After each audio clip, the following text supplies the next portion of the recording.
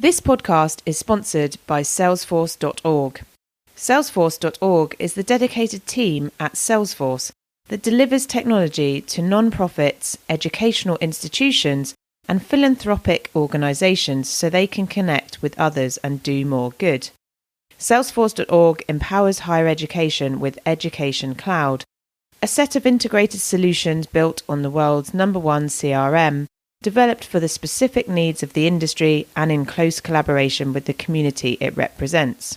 From building brand awareness, transforming the applicant experience, enhancing student services, building lifelong alumni relationships, or managing change and optimizing technology across the campus, Education Cloud supports institutions to drive student success and institutional success at scale. Learn how institutions are paving the way for the future of higher education and driving all kinds of innovations with Education Cloud by visiting the website salesforce.org/highered and exploring the higher education customer stories.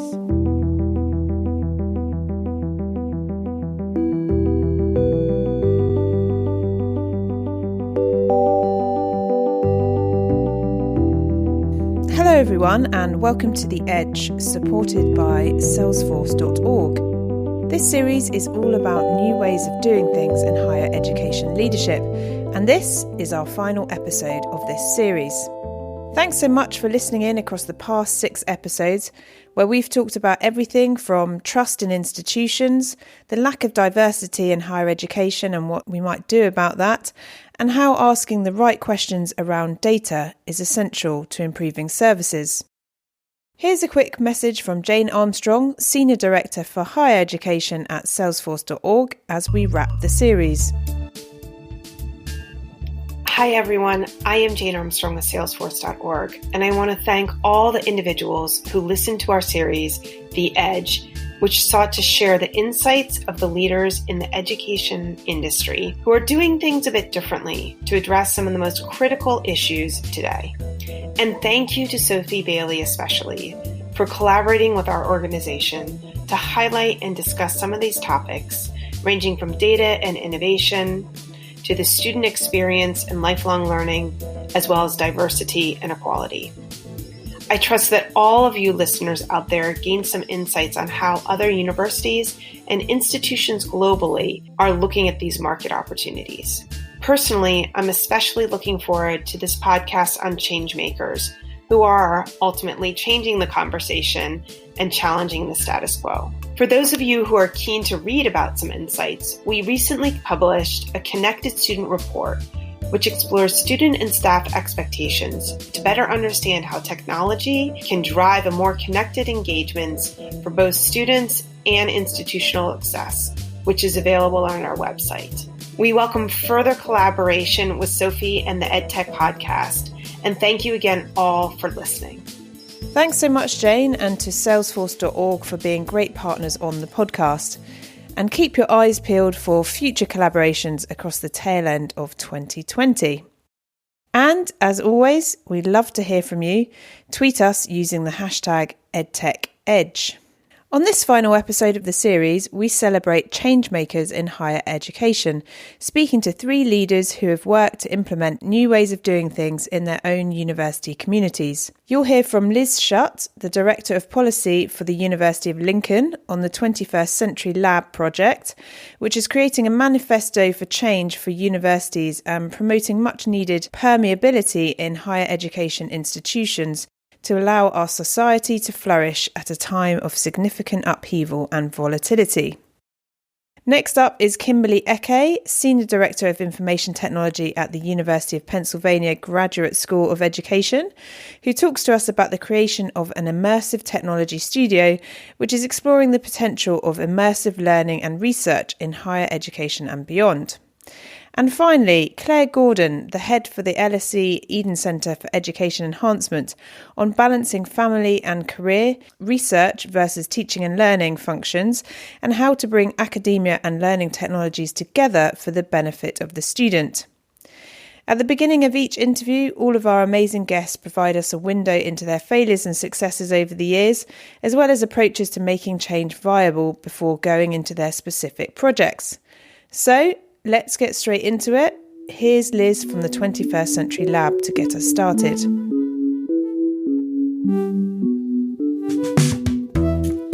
Brilliant. So I'm absolutely delighted to have Liz Shutt, who's the Director of Policy for the University of Lincoln and the Greater Lincolnshire Local Enterprise Partnership, on the line. So welcome, Liz. Hello. So by way of introduction for our listeners, Liz is based in London and works to improve the connection with government and the civil service. She is currently leading the development of a local industrial strategy for Greater Lincolnshire and the 21st Century Lab project, which is considering the key challenges of the 21st century and what this means for universities. She's also on the steering group for the UPP Civic University Commission. Liz was previously head of policy at University Alliance, helping to establish and grow the organisation over a period of 6 years and working on a range of projects and publications, including on social mobility, student stories, funding, the regional economy and the future of work. She has also worked at Universities UK, Sheffield Hallam University and the Department for Work and Pensions. So welcome again. Thank you. So first and foremost, I should let our listeners know that you're extremely generously recording this whilst on your maternity leave, which I shall be eternally grateful to you, your daughter and your husband for allowing us to do that. So thanks again. No problem. This episode is all about change makers in higher ed. So to start with, I've got some rapid fire questions for you. What mottos or mantras do you live by? I think it's really listen. Just listen, have your ears open to what's going on. And I think in my line of work, it's a lot about building relationships, about meeting different people, not always those directly involved in government, but sometimes those in those outer circles that are also kind of milling around what's happening. And I think the most interesting part is just seeing where those conversations go. And that's why this project was particularly interesting, because I got to speak to a variety of people and really hear a variety of different perspectives that we were able to draw upon. Yeah, I love the diversity of contributors in the 21st Century Lab. So we'll come to that in a bit. But to crack on, so listening is important, everyone. And hopefully with podcast enthusiasts, hopefully they're into that side of things. Number 2, what is your pet hate in EdTech or higher education? I think that as a sector, there are a variety of conversations that we like to have, and they're really important conversations, but sometimes it's almost like there's a script and things have to be said in a certain way, and sometimes it can be quite hard to break out of that. So, when we talk about autonomy, when we talk about the way that we do research, the way that we talk about student experience and learning, there are often kind of words that we use as a sector, and we know what they mean, and we've become comfortable with them over time. But I think that sometimes that can mean that it's difficult for those outside of the sector to engage and involve themselves in discussions. And what I find really interesting about my role is that I'm working with local government on the local enterprise partnership side, and it's been really challenging to me to kind of think through some of those things and start changing the way that I speak about things and to people. I love that. Yeah, more plain English. Yeah. What people, projects, books or places inform your thinking? So anything that you found inspiring over your kind of working career? I have to say Mary Stewart, who I'm lucky to work with as the Vice-Chancellor of University of Lincoln, and who I co-wrote and worked on the 21st Century Lab project with. And she's just a really inspiring person to work with. She's always got loads of different ideas, but she's also kind of, I think, does like challenging the norm quite a lot. So often comes at things from a different perspective. Okay, last one. How do you approach so-called change management tasks? I think it's a lot of what we've talked about already. I think listening's really important. And I think sometimes you can, and especially me, I'm quite a sort of start and finish type person. So I like to get on with something and then kind of see it through. But you have to, and maybe this relates to thinking about kind of success and failure, but I think sometimes you have to slow things down and you can't move at the pace you might wish to. And it means that you kind of often get to a slightly more interesting place, and hopefully it's one where people come along board. And I think I've had to learn a lot about that with the kind of work I've done in the region with the local enterprise partnership, because I have to be very sensitive to the fact that I was kind of the connection into London, but I'm working in a space that feels very disconnected to that, and it is a very different environment. So I've had to kind of really be careful about kind of listening and kind of adapting, and not going in with a kind of view about how things should be. And I've learned a lot from my experience. That's fantastic advice. Yeah, it's taken me a while, but yeah, when you slow down and things sort of mull and mature, or you sleep on things, sometimes they sort of come to you rather than sort of trying to chase the answer all the time. Absolutely. I think sometimes you can have days where you're really stuck on something, and I think over time you kind of have the experience to know, okay, well, if I come back to this later, it will be all right. But if I just keep trying to hammer away at it, it might not get me anywhere today. Absolutely. So on to the 21st Century Lab. For our listeners, a quick intro. And this was published in the first 21st Century Lab introduction of the publication. So 21st Century Lab has been investigating different perspectives on our age and its future. The lab articulates the challenges and opportunities for universities in our age. We believe that first and foremost, they should be for the benefit of society and should seek to support development, inclusion, and the enhancement of people's lives while respecting our planet and its diversity. And the project hopes to provide a provocation for the sector to look beyond its current preoccupations to future needs that education and research should address. So phase one of this was seeking thoughts from diverse global leaders. And then the subsequent phases were establishing a university thought group from institutions and policy units that will work through the questions and ideas articulated by those original leader contributors. And then, as we've just discussed, there's been the publication of a sort of manifesto of ideas for the use of universities in the 21st century. So when I came across this project and learned about it and knew we had this episode coming up, I was so excited to connect because it's absolutely what we wanted to talk about. So I'm very excited to find out a bit more. Just to start with, I've just read the document with all the edited interviews with diverse global leaders. So you've got people there like the chief executive of Siemens UK, who you might expect, but then also people like Judy Friedberg, so a freelance media consultant and journalist who's worked across different modes of media, but interestingly in that freelance capacity, which I think is quite significant given where the sort of world of work is going. So I've put here, this is a refreshingly outward-looking initiative from a sector which is sometimes accused of being myopic. What lessons for universities did you find from these thinkers and their responses? Well, I think, first of all, when we set out to do these interviews, we very deliberately wanted to speak to people outside of the sector because we wanted a different starting perspective for our unfolding thoughts about kind of the role of universities in the 21st century. And in fact, actually, when I went to go and interview each of these people, there weren't very many questions about universities. So the bulk of the discussion was about their perspective from wherever they sat, whether that being a cultural organisation, a company, or the Bank of England, or wherever, on the kind of the changes that they saw unfolding. So whilst we did have some discussion about universities, it was very important to us to kind of get that wider perspective, because we wanted to break away from some of the kind of conversations that we already have within the sector. So I think that's a really important kind of setting for it all. And then in terms of the university, I think, a lot of the views were ones that we've heard before about lifelong learning and the way that careers will be changing, and with students kind of going in and out of work and possibly coming back into learning throughout that time. And then also sort of thoughts about kind of the role of research and how research connects. So I don't think there were necessarily new thoughts about universities, and we've had many discussions on those themes in the sector over a number of years. But I think the kind of the different part to it for us was the fact that we kind of got that broader setting. And actually, for me, some of the interesting things that came out were based on the kind of the reflections of their own sector. So, for example, when we kind of were talking about kind of the role of culture within the 21st century, we kind of had a really fascinating discussion with Hilary Carty, who's the director of the Core Leadership Programme.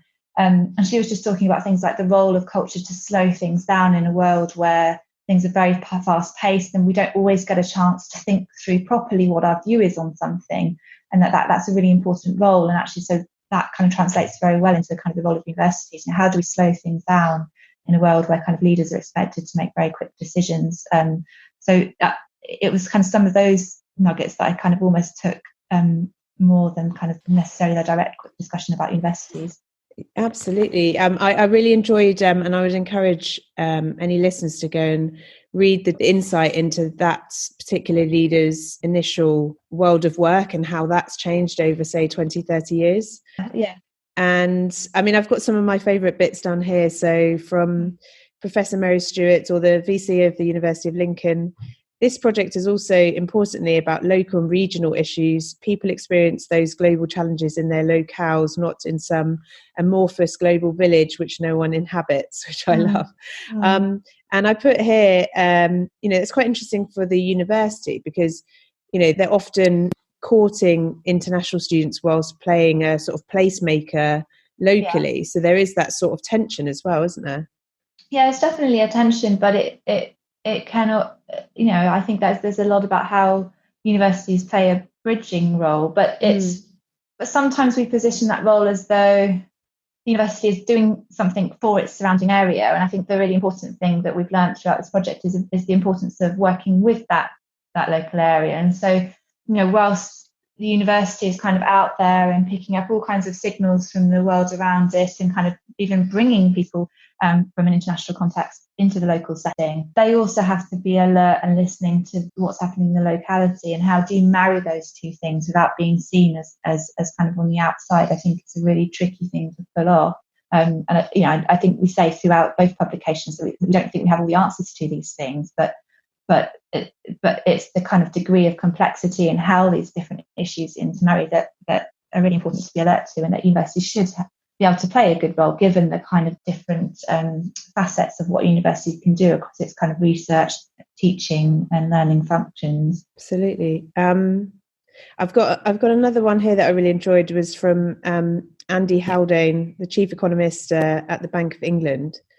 And it said, as one such institution, the future university may need to be a very different creature than in the past. It may need to cater for multiple entry points along the age distribution. Rather than focusing on the young, it may need to cater for multiple entry points along the skill spectrum rather than focusing on the cognitive. And he talks about this being a multiversity. And I thought that was quite interesting with regards to, we can come on to the manifesto that has come out of this work, but the idea of a sort of more permeable university. Yeah, and we do take that idea forward very much in the manifesto. So I think kind of what's interesting about that is, when we started thinking about the 21st century, there was a lot of focus on the issue of the automation of skills and what that means for kind of graduates as they go out into the world, and what that means for how universities should prepare them. And as we kind of move forward, we kind of start to realise that yes, sometimes that might mean that they're coming back into education throughout their career, but also that when you're equipping them, it's not about sort of sitting down and looking at kind of what's happening with digitalization and various other aspects and coming up with a new curriculum that prepares students for that. It's the very fact that it's changing, and it's changing rapidly, and it's unpredictable, that we have to prepare our students for. So then you can start to think about, well, how do you support them to be adaptable in that world, rather than kind of giving them some skills which they have to continually refresh? And then we were kind of thinking about, well, what about the role of research? What about the process of research, where you're going through a process where you're kind of testing theories, you're playing, and you're kind of looking for different solutions. Those skills in themselves have very much applicable in this kind of changing world. So if you're working in this world which is very changeable and unpredictable, how do you adapt to that? And the things that we can examine in very particular set subject areas, actually, if anything is able to be examined, then it's likely to be able to be automated. So it's the fuzzier things that perhaps you can't examine that may become more and more important to equip our students with. And to kind of give our listeners a sense of the process that you went through with the 21st Century Lab project. So in the initial phase, it was doing the interviews. Can you talk about how you then sort of consolidated that into some recommendations for the sector? Yeah, so I mean, the first publication which we talked about was a range of thinkers and leaders that we spoke to, and we really wanted to make sure we were speaking to people in different worlds. So we had kind of some tech investors, startup people, as I said, sort of Bank of England, but also people working on kind of in the environmental and sustainability field, and those from the cultural dimension. And we weren't looking to kind of create consensus with those interviews. We were very much kind of wanting to get the view of the world from a diverse range of voices. And so when we came to the second publication, which we sort of wanted to be a response to that provocation, we had a very broad range of ideas that we had to try and bring together. So we started by trying to think through, well, what are the key challenges that we can draw out from these interviews as kind of 21st century grand challenges, if you like.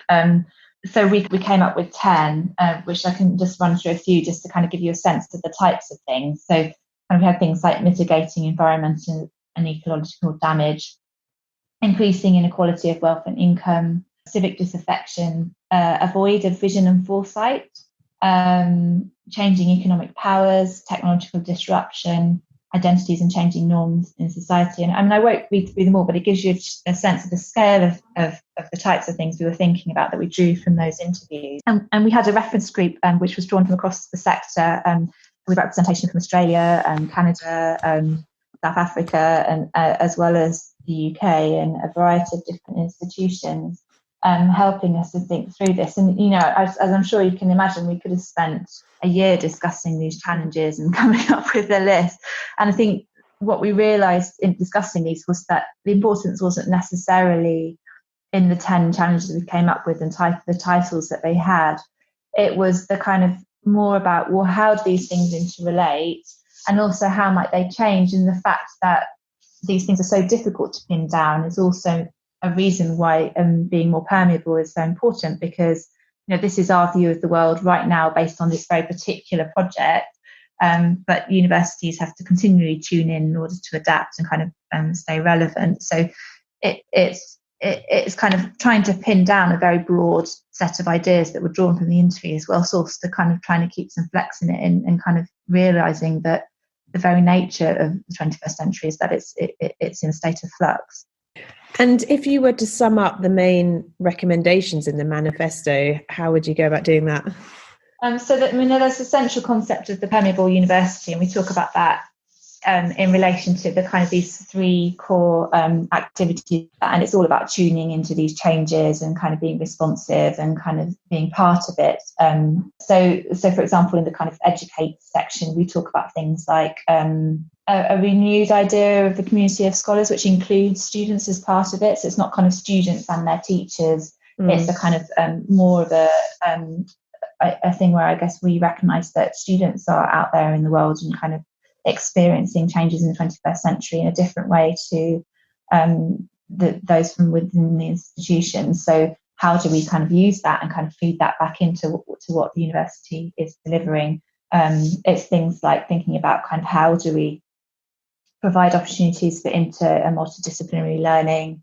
How do we think about kind of more permeability between different parts of the education system? So when we were thinking about things like governance, we were thinking about the fact that kind of often, school governance they will have a representation from university on, but how often does university governance include a perspective from the schools? And how do we kind of learn across those divides and think about kind of more fluidity for the learners as they move through that? So that's kind of how that permeability idea plays out in education. Then in kind of research, we're thinking again about kind of interdisciplinarity, but we're thinking also about the kind of different skills we have in different types of disciplines and different type ways of doing research. So actually kind of there are a lot of skills in the way that we do research to tune in and to listen and to kind of draw society more into the discovery process. And we're thinking a lot about this idea of kind of the the kind of charge against experts and expertise that we've kind of had thrown at us over the last couple of years, and how do we kind of move more beyond that kind of them and us idea of that, and how do we kind of embrace new elements of social media and kind of things that can be seen as quite challenging to traditional holders of knowledge and expertise. How do we work with that? I love that point because, that in some ways, this mistrust of expertise is really worrying. But in another way, like you said, I suppose with the access to technologies and connectivity through the internet to knowledge, some of our younger people are more self-starting in that way, or entrepreneurial. Not to say that all of them are, but I'm particularly drawing on the experience of one of the contributors in the first report who worked across Apple and Alibaba. And she put this, which made me think about this. When I joined Alibaba, Jack Ma asked if I wanted to manage the marketing initiatives, but I chose to be a product manager who builds products. I didn't have any technical background, but I asked for 3 months to teach myself. The internet was new for everyone, right? I thought if the engineers are learning new technologies, so can I. Jack is very open-minded and encouraged me. And in 6 months, I was head of the Alibaba product team in China. And today my products still generate over 1 billion yuan revenue for Alibaba annually, which I just thought was so, wow, telling of, how she kind of tackled that problem. It's quite interesting. Yeah, I mean, and she, all these people are very, very, very impressive, and the stories that they have to tell. But I think there's something there for all of us in that kind of, how do we find our way using these tools that are there? And sometimes it's the tools in some senses are there for everyone, but the knowledge of how to use those tools isn't. So again, what's the role of universities within that? I think is a really interesting question. And so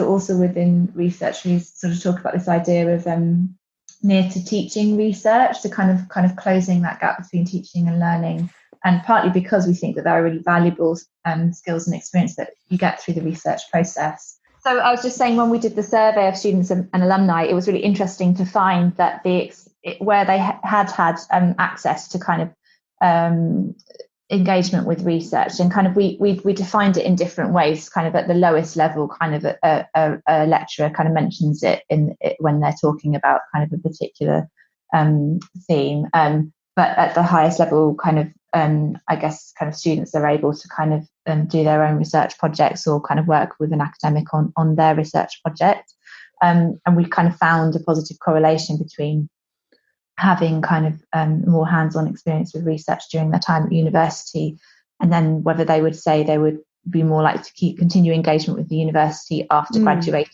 whether they would recommend the experience, whether they could see value in the university, and what they could bring to the kind of challenges in their workplace. So that was quite interesting. Very interesting. And I like one of the other points in the earlier publications. It was from one of the investors who said, I don't think it's fair for students to graduate with a degree in art or history without having a basic set of math skills or global trade knowledge or law or even ethics. So it goes back to that multidisciplinarity bit that you mentioned as well. Yeah, and it was really interesting because when we had these grand challenges that we came up with, and that language of grand challenges is very familiar in the research world, and kind of I think they've kind of used it really successfully to kind of spearhead more interdisciplinarity and kind of working across universities. But it was quite interesting to then use that thinking within the context of teaching, and kind of, okay, we're thinking about grand challenges. What does that mean for what we need to impart to our students? So it's quite interesting to kind of use that language, but in a slightly different space in the university. Brilliant. Thanks, Liz. Bye-bye. Well, I'm delighted to be on the line with Kimberly Eke, Senior Director of Information Technology at University of Pennsylvania Graduate School of Education. So welcome, Kimberly. Thank you very much, Sophie. Glad to be here. So by way of little introduction, Kim helps advance the strategic goals of the university by aligning IT strategy in areas of research support, data integrity and security, project management, academic and classroom technology, and other key initiatives. She oversees agile teams responsible for all IT services, including desktop support, academic and classroom technologies, and web design and app development. Kim provides oversight for the short and long-term strategic direction of IT services intended to support both emerging needs and creative ambitions of faculty, students, and staff. And I've got here that previously Kim was Associate University Librarian for Teaching, Research and Learning Services. And in this capacity, Kim led an impressive team of librarians that identified and piloted new library services intended to meet the changing needs of scholars and support new pedagogy. So that work spanned community, government, research data curation and management, open access and multimodal publishing, digital pedagogy and learning analytics, and emerging forms of library collections and preservation challenges, including apps, digital ephemera, 3D worlds, and web archives. And as if that wasn't enough, you also provided oversight for the campus learning management system, which served 23,000 students daily. So welcome again. Oh my goodness, thank you. So I've got one of your recent projects, Kimberly, was the Penn Immersive. So I've got here, Penn Immersive is a Penn Libraries initiative to explore the potential of immersive learning and research in higher education and beyond. And we can kind of go into that, but I've got that it was a community-led research project to explore the potential applications of virtual reality, augmented reality, and 3D modeling, scanning, and printing in teaching, research, and learning. And for those listening, obviously I've given a bit of background here, but I'd also recommend go and check out the Penn Immersive blog, which is pennimmersive.blog. And some of my favourite post titles there include "If we get this right, nobody explodes," and using embodied labs to support end-of-life education. So some really interesting stuff to dig into. Kim, if I remember correctly, we connected. We were going to try and meet face-to-face at Reimagine Education in London. That is correct, yes. And if I understand correctly, you're also a listener to the podcast. I am. I listen to it very regularly. So thank you for all that you do. Well, that's fantastic. So it's always good to meet listeners in person. So this episode is all about change makers in higher ed. So I've got a few rapid fire questions for you. Sure. To start with, in your role, what kind of mottos or mantras do you live by that allow you to get on with some of your more interesting work? So, for example, there's ones like ask forgiveness, not permission. Are there anything? Mm-hmm. Are there any kind of mottos that you live by that kind of help you get on in your work life? There absolutely is. And even my team now is repeating it. And it is, don't get it right, get it written.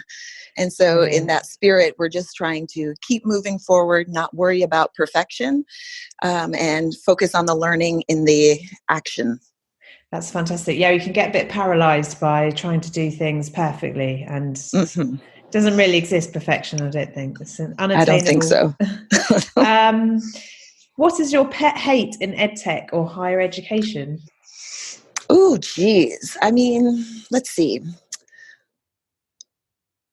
I think it would be, I call it a lack of imagination sometimes. I think not necessarily in EdTech, but in higher education, we're very confident in the systems and the structures and the longevity that we've had, that privilege. And I think that it's time to reimagine and explore, and in that spirit of don't get it right, get it written, try some new things and allow them to live and flourish a little bit. And I've found that in my experience, that's been a challenge that I look forward to continuing to fight the good fight. Yeah, fight the good fight, absolutely. Well, just on that one then, so I've got here, how do you approach change management tasks? So some of those things that you've been involved with, I would imagine, involve a whole range of different people working across the university. So how do you go about some of those difficult tasks? Yeah, I love change and I love working with people. And so I think that my philosophy has been that change really does happen one person at a time. And I try to find the energy where it exists, the positive energy that's going to help move things along. I think that with some of these projects, for example, like when we had to move a campus from one learning management system to another, what really helped was finding a few champions, staying low and under the radar as we were exploring and figuring things out. And then we saw this kind of momentum build, and that's really exciting. And I think that the big piece of that is like we might have an idea of the direction of change in which we want to move, but bringing everyone's ideas in and letting them shape and form it is what makes it really exciting and also makes the change happen. And what people, projects, books, or places have informed your thinking? Oh, geez. Gosh. Let's see. I would say one of the earliest ones was learning management system, moving it. It took 7 years, Sophie, to move from one system to another on a campus a size of 30,000. So that was an initiative that I was responsible for leading and working with faculty governance committees and the senior leadership and students. So that really shaped my thinking. I think also I've been able to do a workshop at the Institute for the Future in Palo Alto, California. And that workshop was really inspiring and led me to think about how we get people to engage in thinking about possible futures, not a particular future. And that's especially important now, I think, with all that's happening in the world, to not get bogged down in certain details, but really imagine scenarios. So I think those are two big ones for me. Fantastic. And I've got here, what's your biggest failure and your biggest success? So something you think, oh, that didn't go well, but I learned from it, and something that you're really pleased with. Sure. I think that one failure was when we started a group that was focused on, it was in higher ed, and it was a group that was developing instructional multimedia, high-end, and it was based on a different business model than is the tradition in IT. And so it was a fee for service. And I basically had animators and artists and developers, and we were developing curriculum, and it was really exciting and wonderful. But then the economy started a recession, and it really put those individuals at risk. And that whole arm of our department was shut down. And that was a failure in that, you know, people lost their jobs, and that was really painful. And I think it also taught me about how important it is and how strong the structures are that we have in higher ed, especially around the financials, and really understanding those and being prepared for what that means when you're trying to do something new is critical. On the flip side, I would say success is what I hope we're going to talk about today, and that is Penn Immersive. That has been one of the most rewarding professional experiences that I've had. And in large part, it's because there's such an interest and excitement around the campus. And it's got an energy all of its own that really allows me to bring people together and spotlight what they're doing. It's really doesn't feel like work at all. Well, that's fantastic. Yeah, if you can experience work in that capacity, then you're doing well. So Penn Immersive, can you tell us a little bit about how that project came about and how it's evolving as well? Certainly. So when I was at the Penn Libraries, as part of our teaching, research, and learning services team, we were looking at all of these different kinds of media and technologies, and we had in the library things like VR headsets, Oculus Rift, and HoloLens. We had 3D printers and scanners. And part of what that initiative was intending to do was to help people outside the library understand the services that we had, but also how they were connected. And really, as students and faculty were starting to work in building more immersive experiences in their research and in their teaching, the library had one piece of that larger community puzzle. And so it started by some colleagues pulling faculty and staff together who were working in this space. And we sat around a table, and it may have been about 7 or 8 of us. And I was so impressed and amazed by the incredible work that these people were doing to overcome technical hurdles in just the technology alone, and then also being at the forefront of their academic disciplines, really pushing the boundaries. And even though they were all working in different spaces, such as archaeology or the health profession or, videos, whatever they were doing, it seemed like they felt like, oh, we're all facing these similar challenges. I've met my people. And from that, we started to put together some structures to see if more people around the university would have interest and want to tap in and also teach us, because we saw it as an opportunity to lift everyone up, to elevate the conversations on campus, and to really increase awareness about what the potential might be, as well as some of the pitfalls. And now that the project's a bit further down the line, has the community grown, and what are some of the examples of how sort of faculty and other colleagues are using that resource? Sure. Yeah, so it is a community-led initiative. And I think the way it's evolving is that many people feel ownership of the name Pet Immersive and also of the activities. And so one of the things that I'm doing right now, we'll be pulling together a group of people just to hear what they're up to get a new status report, because part of this is everybody's heads down working. And so some of the things that I've been hearing about is there's a group in medicine that is using the HoloLens and VR in terms of thoracic surgery. Wow. There are groups that are doing things in archaeology. They continue to work in archaeology. I would say there is some amazing 360 video coming out from different groups around the campus. Let's see, there is quite a bit of research happening in the health professions. And so part of what I'm hoping that we'll do in March is bring these people together and hear more about what they're doing. Because honestly, it's almost impossible to keep track of at a university this size. And what's the kind of effect for the students? Is that then obviously going into the curriculum that they experience and the resources and so on? That is a great question. So there are some students who right now are building immersive experiences. There are definitely many students who are engaged in 3D modeling, 3D scanning, 3D printing. One of the things I hope we can assess at this meeting is the extent to which it is integrated into the curricula. Is it growing? I anticipate that it is. One thing I can tell you is part of the impetus for pulling this group together again is that I received so many emails from students asking about it.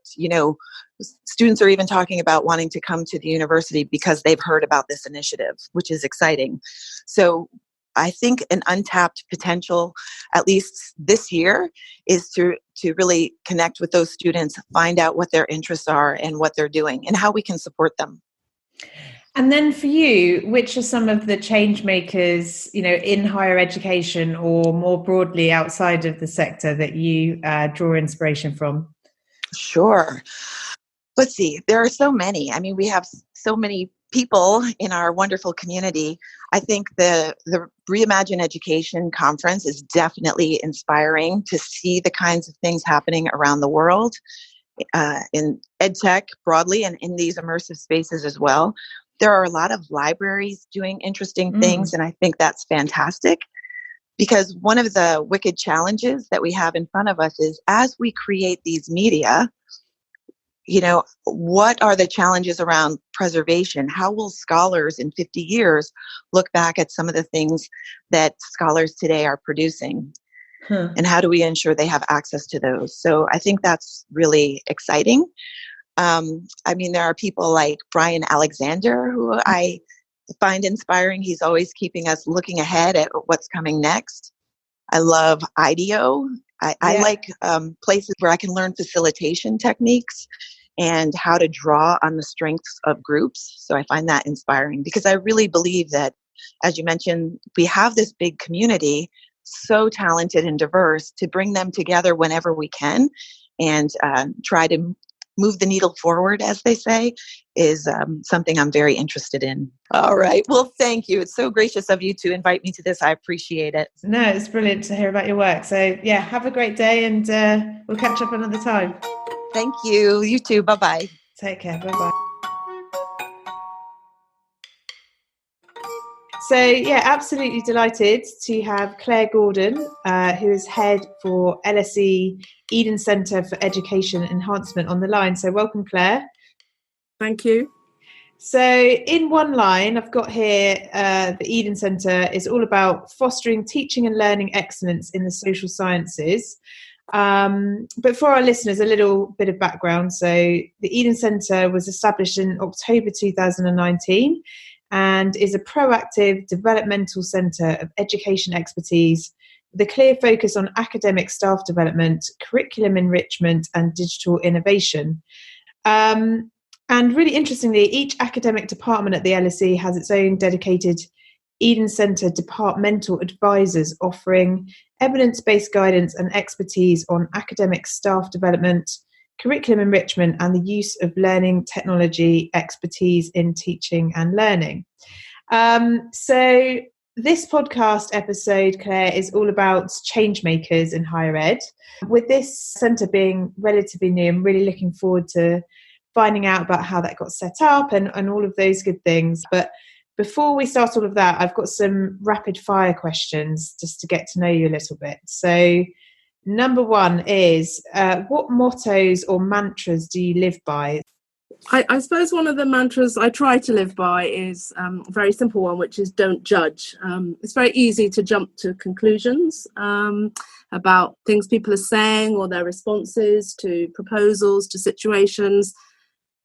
And I think I try and encourage myself to step back and think about all the different things that might be affecting them, the complex situations going on in their lives, both professionally and personally, and just try and, rather than jump to conclusions too quickly or be dismissive, just step back and understand.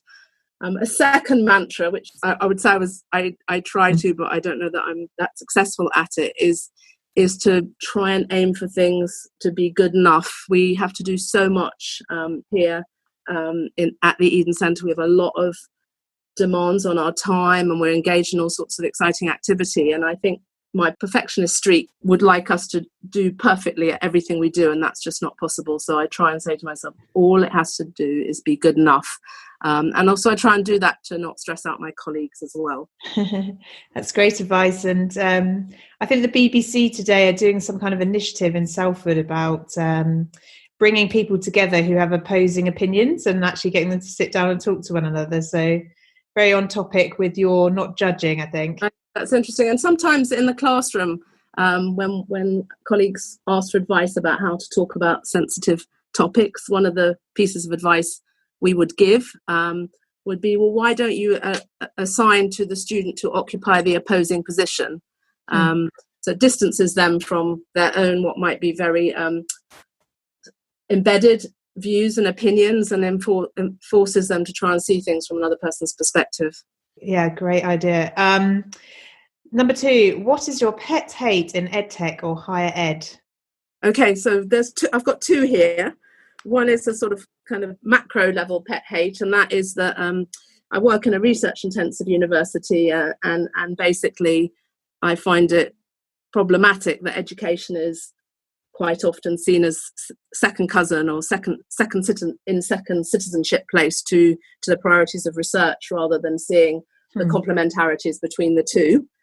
I also have a slight pet hate for typos and in messages, and I make them myself because quite often I'm writing things in a hurry, but I guess that's something I have to also learn to think, well, it's good enough. If I've communicated my message, it's good enough. Yeah, that's the worst. If I send a tweet and I suddenly realise I've used the wrong form of a word or misplaced apostrophe is the social shame is quite unbearable. It is, and you can't edit them. You cannot edit them. On Facebook, you can edit your post, but on a tweet, you either have to just let it go and try to be zen, or delete and redo the whole thing. Exactly. Okay, what people, projects, books or places inform your thinking?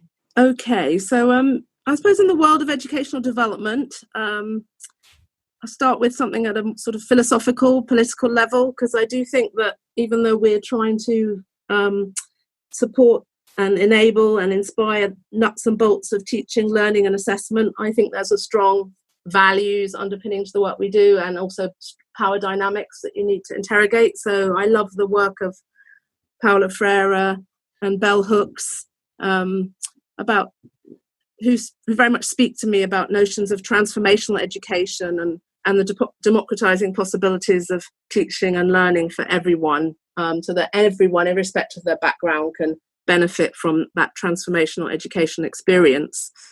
On a day-to-day basis, one of the books I'm really got a lot out of recently, in the last couple of years, is I guess it's an edited volume by Paul Ashwin and a whole load of other people, which I think there's about 15 authors, so I won't list them all, called Reflective Teaching in Higher Education. And I really like, and I think it does what we try to do in our work, which is to bring together that strong, theoretical, evidence-based approach with something very practical and applied.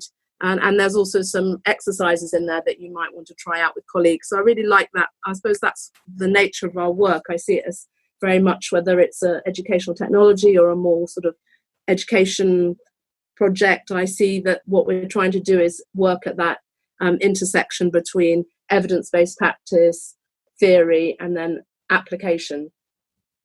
That's brilliant. And I can see that you're a natural podcast listener, because a lot of that's about sort of dialogue and conversation as well. Yeah, no, I think, really, in some sense, to make change happen, we need to have those moments of dialogue and empowering dialogue where we try and create space for people to have voice. 2 years ago, I led an undergraduate program review across the institution, and I was absolutely adamant that we needed to have a moment of dialogue where we brought people together, staff, students, to have that dialogue about the program, because without those moments of dialogue, processes like that can become tick boxy, and you're not going to achieve any sort of meaningful change. Well, that brings me on to number 4, which if you're a fan of How to Fail podcast, you'll like this question. So what's your biggest failure and your biggest success, or what's something you're most proud of and least proud of in the times that you've been working in the space? Yes, great. I suppose I am really proud of the establishment of the Eden Centre and the journey we went on to create the Eden Centre. And alongside that, I'm really proud, and I did not think this would happen for many years, that I've actually managed to build a career for myself alongside raising 3 children. And I think that's really, really something that should be shouted out more. I think earlier on in my career, I think I sort of was very keen not to mention my children too much, because I didn't want people to judge me because I had children, and I wanted them to see me as a serious person in the institution, and not have assumptions about me, because I also decided to have children, and I'm very happy that I did. And I suppose in terms of biggest failures, and I'm really grappling with that at the moment, is that I find it really hard to put down boundaries. I find that work seeps into all aspects of my life, to be honest, and I find it hard to switch off. And so I think that I've thought about this a lot, but it's not something that I feel in any way that I've made headway into, to be honest. Wow. I absolutely love both of those, because I can totally relate. And isn't it crazy that we feel that, we should hide our sort of procreation, which the whole sort of human species depends on? I think, it is. It's a really kind of complex topic. I think maybe it's somewhere to do. I don't want to arrive at glib conclusions, but I think it relates to the fact that women seem to feel they have a lot to do to prove their place and value in the workplace still. I mean, with all the changes that have happened, there is an element of that, and then much else besides. And finally, how do you approach so-called change management tasks? Okay, so that's a big topic. I suppose I always start by trying to talk to other colleagues, depending on what it is, both inside and outside the institution. We have a great network. There's a Heads of Educational Development group, which is a great space for sharing practice, sharing experience, getting mentoring, getting ideas. So I try and consult widely. I'm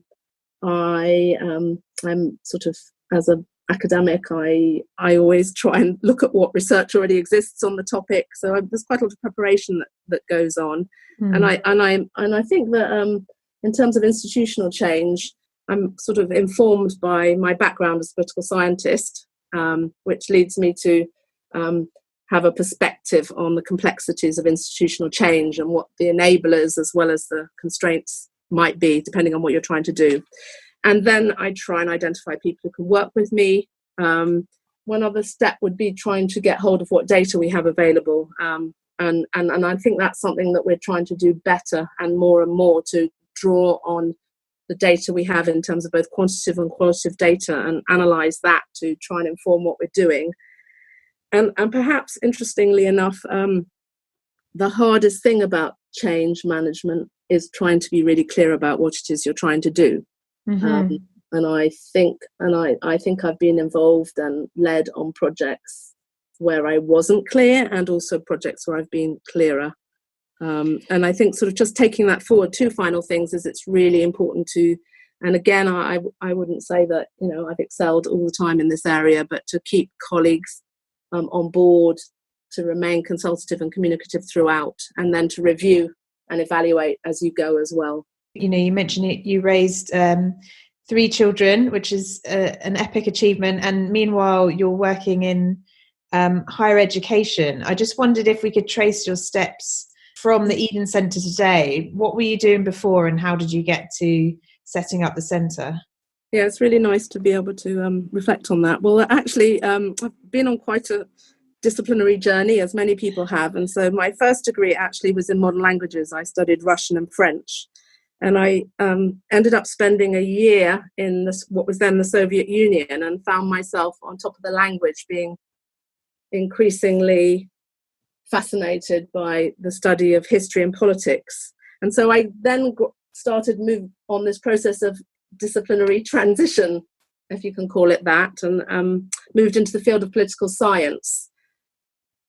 And that's, as a political scientist, that's how I originally joined the LSE, which is where I've been now for 20 years, which is a really long time. And I worked for many years at the LSE's European Institute, which is basically an academic department which chooses to call itself an institute because of, I think, the multidisciplinary nature of what they're teaching. And I worked there as an academic for quite some years, and I was teaching and doing research on issues relating to political economy of Central and Eastern Europe. But during that time, I was struggling a little bit quite a lot actually, to juggle a young family and also the huge demands of academia on people. And I found myself more and more interested in the education side of my role, sort of education practice, teaching practice, what works, what doesn't work, how do you ensure that all students are having an opportunity to participate. LSE is a really international university, and it can easily happen that in a seminar group of 15 students, you can have 15 people from different countries, which is wonderful. But, with all the richness of those cultural and educational backgrounds, how do you also make a space for everyone? And so I gradually started to move into an educational development role. And interestingly enough, in relation to the subject of this podcast, or at least the title, the Edtech podcast, I was originally brought into what was then our Teaching and Learning Centre to work 2 days a week. And one of my key tasks when I first joined was to start thinking about how could we, so this was back in 2010, interestingly, how could we begin the process of integrating engagement and study of learning technologies and their role in teaching, learning and education more broadly. And so then over a number of years, I moved from working 2 days a week, 3 days a week, 4 days a week, 5 days a week. and now I don't know how many days a week it is, but a lot. But for a lot of that period, I was working in the Teaching and Learning Centre and then became head of the Teaching and Learning Centre. And then last July 2018 now, our Learning, Technology and Innovation unit, which was a separate unit looking at the enhancement of education through the engagement, application and innovation in terms of the use of learning technologies inside and outside the classroom. That team was moved over under my leadership, and we began a process of review, which over a year, in fact, which resulted in the establishment of the Lsc Eden Centre. And so the main evolution there being, if I've understood correctly, is bringing together the sort of academic side of it and then the learning technologies, and actually having those two different skill sets working alongside one another to best support students and teaching and learning. Yeah, that's right. And parallel to that process, LSE is an institution, as I mentioned earlier. It's a research-intensive university, and it's only in the last few years that it's really begun to take. I mean, some colleagues would disagree with me, but there you go. Mm-hmm. Take the education side of its role as a higher education institution more seriously, and I think the establishment of the Eden Centre is testimony to that. We call our Pro-Vice Chancellors Pro-Directors here, but a new Pro-Director, Dilly Fung, was appointed to the institution in August 2018.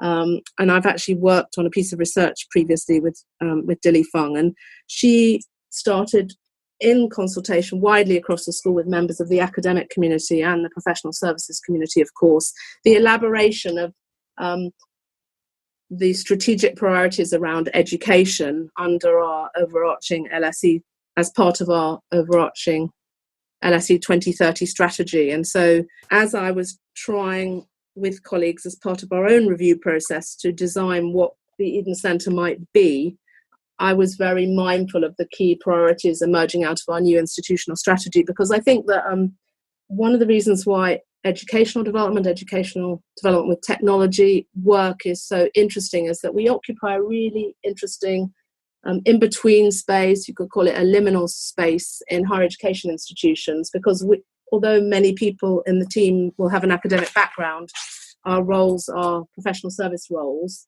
Mm-hmm. And in a way we're bridging the academic community and the professional services community. And also we need to be in line with strategy and be connected to strategy, but we don't want to get too close, because then we might lose that a certain degree of critical autonomy. And it's those difficult it's those difficult territories that I think we're trying to navigate all the time, and sometimes we're more successful at it than others. And the Eden Centre, in a way, it is the result of a bottom-up set of thinking and review about who we are and what we do, but in also close consultation and alignment with the strategic priorities of the institution going forward. Yeah, I think that's so interesting, because part of being a change maker, if we're going to use that term, is probably retaining that critical autonomy and that ability to create new ideas and share new ideas and hopefully have them considered as well. So really good point. And I think in terms of sort of being a change maker in an institution like this, where we've got our academic departments, we have 26 academic departments, all nominally in the social sciences. They've enjoyed a great degree of departmental autonomy for many years. And so, if they think that all we're here to do is trot out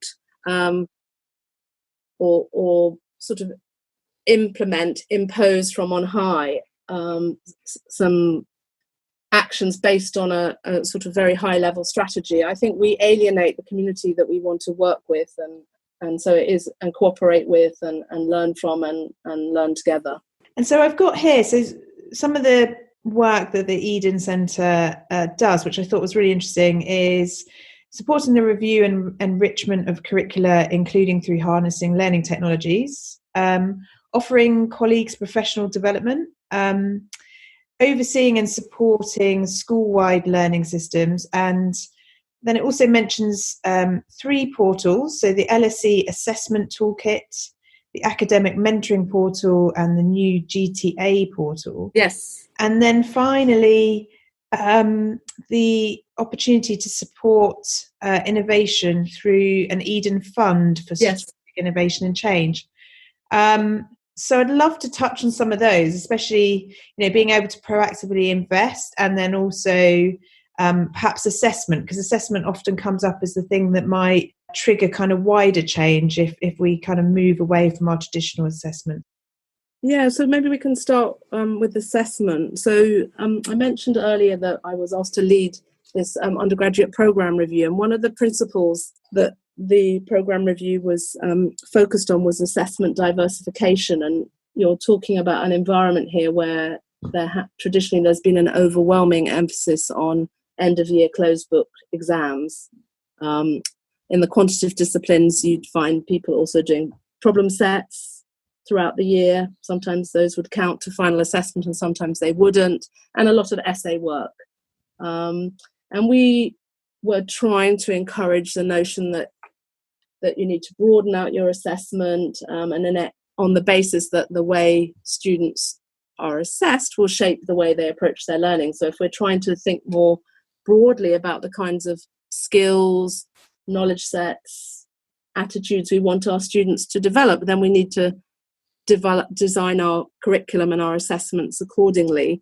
And so as part of this process, we developed the Lsc Assessment Toolkit, and which is a way to sort of get colleagues to think about both processes of a assessment design and choosing methods of assessment, because I don't think we're talking about here sort of gimmicky choices. We're talking about actually reasoned, scholarly decisions about what is an appropriate way to assess on a particular course or program. And so the toolkit talks about methods, it talks about modes of assessment, it talks about assessment design in the context of the broader program. And I think that one of the things which is really interesting that came out of that process is we did see some really exciting moves towards assessment diversification, but we also saw in quite a lot of cases a reluctance to give up the exam. So people just added more assessment into the existing assessment menu. So now we have a situation, I wouldn't say it's across the board, because some people did take assessments out, but we do feel we are facing a situation of over-assessment now, and that has sort of huge implications for the well-being of everybody in the institution, staff and students. And I think what we need to do more about it is really bedding down that notion of a program level approach to assessment design. People, and I remember this myself, people have very high levels of ownership over the courses, so the modules or the units they teach, and the program directors can have very little authority. They just maybe have their personal authority and efficacy, but very limited actual tools. And so I think that's an area that is, from what I understand, it's across the sector, ripe for further development. And going forward, I suppose one of the projects that the Eden Centre has been working on in the last year, and this is very much the sort of, the brainchild of Dilly Fung, is the notion of showcase portfolios. Mm-hmm. And what we would, if we were to fast forward, the vision would be that all students, I'm not sure we'll ever get there, but that all students would, during their time on a programme, be curating a showcase portfolio where they're selecting particular assessments that they've worked on, and these might be much more diversified, including a whole range of e-assessments, and they curate them into a portfolio which basically demonstrates the intellectual learning journey they've been on during their time in the institution. And it's a way of pulling together pulling together that journey. And the reason that Dilly calls this a showcase portfolio is because the idea is that we would find a technology which the students could take with them. Mm-hmm. So it's not something that's stuck on a Moodle page that they lose, in Mahara, that they lose when they leave the institution, but this is a portfolio that they could take with them and use to showcase their work to outside audiences. And it's a shame that so much assessment in universities, an exam or an essay, never sees the light of day beyond the time you've worked on it and the person who's marking it. So that's kind of some of the stuff around what we're doing in the area of assessment. It's a very live topic, I have to say. Fantastic. That's really, really interesting. And I know, there are lots of organisations trying to get their head around that space. And then the investment one caught my eye because I saw an email this week which was about Creator Fund. I don't know if you've heard of that, but no. It's essentially a fund that's been set up. Founders Factory are also backing it to support groundbreaking ventures and visionary student founders. So again, sort of trying to source and support student entrepreneurs, I suppose. So I was just interested in the Fund for Strategic Innovation and Change and the Student Experience Enhancement Fund and what you've got in mind there, and whether anything's been backed to date or whether it's kind of something going forward. Yeah, so there are three funds I'll briefly refer to, the two you mentioned and then one other. So we have the Eden Strategic and Innovation Change Fund, as you mentioned, and we were hoping that would be a fund that people would apply to, and we still hope they will, to really undertake some groundbreaking curriculum change work, which might involve the application of technologies at the heart of the curriculum, but might not. It might involve some sort of civic engagement project or big group research project, anything really which would enhance the programme curriculum and I suppose education more broadly. To date, to be honest, we haven't had that many applications to that fund, and I think that's partly because, and this does relate to an interesting question about change and making change management, is I think that there's a perception in the institution that there's a lot of change going on and people just don't have the time to invest in developing a sort of detailed application. So we're thinking of moving to a much more simplified application process whereby people would put in an expression of interest, and we're going to put some expectations on our departmental advisors here in Eden Centre that part of their work with departments will be to try and encourage much more concrete dialogue about the types of change projects departments might engage in, and even help them with the writing of the application so we can make it as easy as possible for them. So that's the Strategic Innovation and Change Fund. I mean, at the moment we've decided to invest some of the money in the work the institution's trying to do around student mental health and well-being, and also around inclusive education.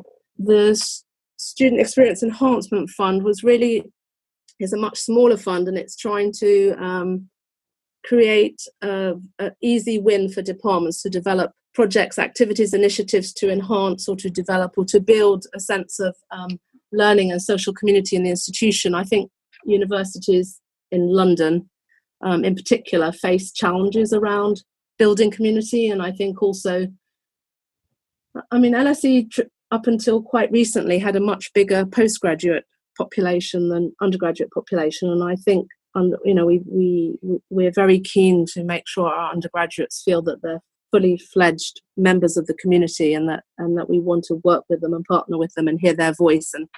And the Student Experience Enhancement Fund, we've had some great applications. We've got I just reviewed an application from students in our psychological and behavioural science department, and they want to organise something called Utopian Labs, where they bring people together and 20 students together, and they have a debate discussion around issues relating to notions of utopia.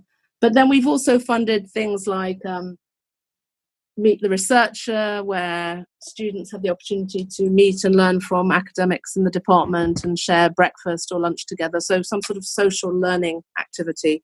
And the third fund is the LSE Changemakers, which I suppose is appropriate given the title of this podcast. And absolutely, what that is a pot of money which students can apply for to undertake research projects about education at LSE.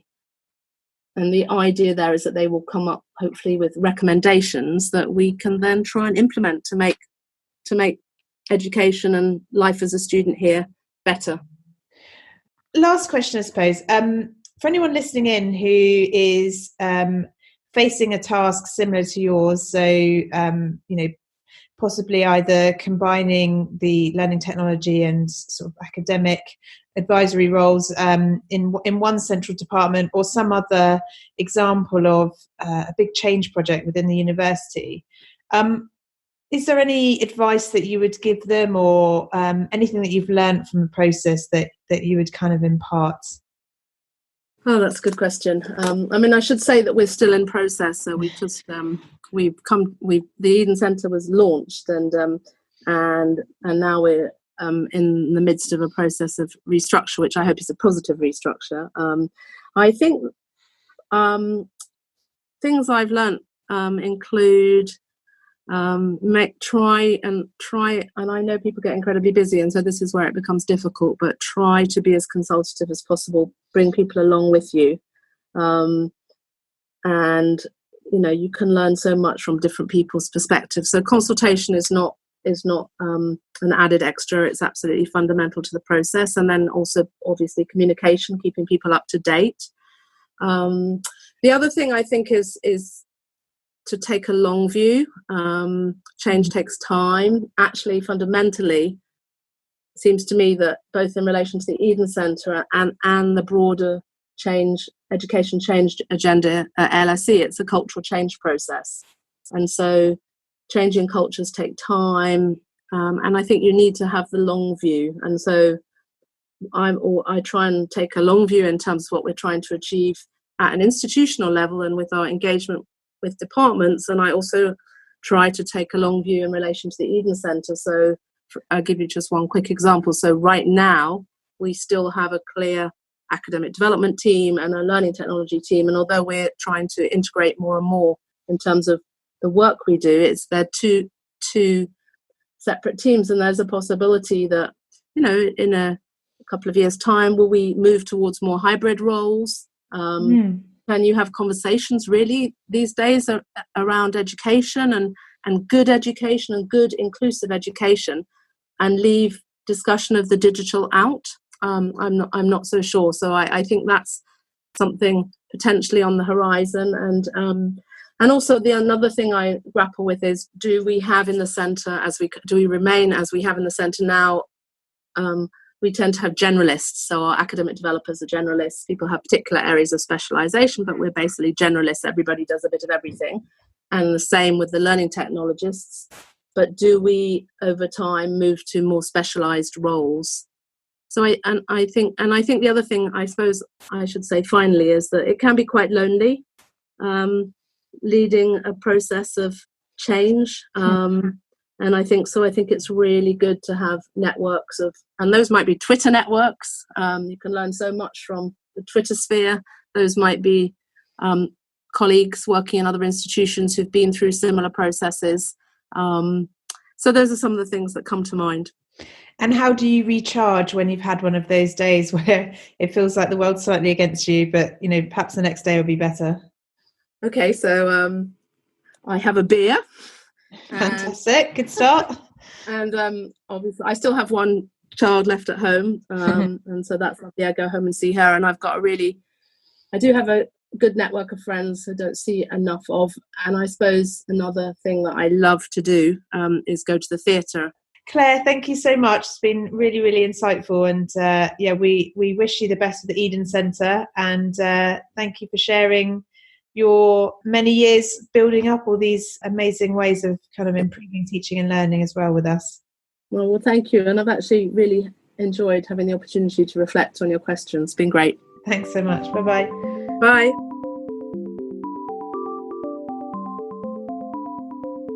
That's all for this week. Thanks so much for listening in, and huge thank you to all of my guests and Salesforce.org for supporting. You can continue the conversation online at #EdTechEdge, at Podcast EdTech, and at Salesforce Org on all the social medias, or for all the show notes, including resource and reading recommendations, it's the edtechpodcast.com. Have a great week, stay safe, and keep smiling. Bye-bye.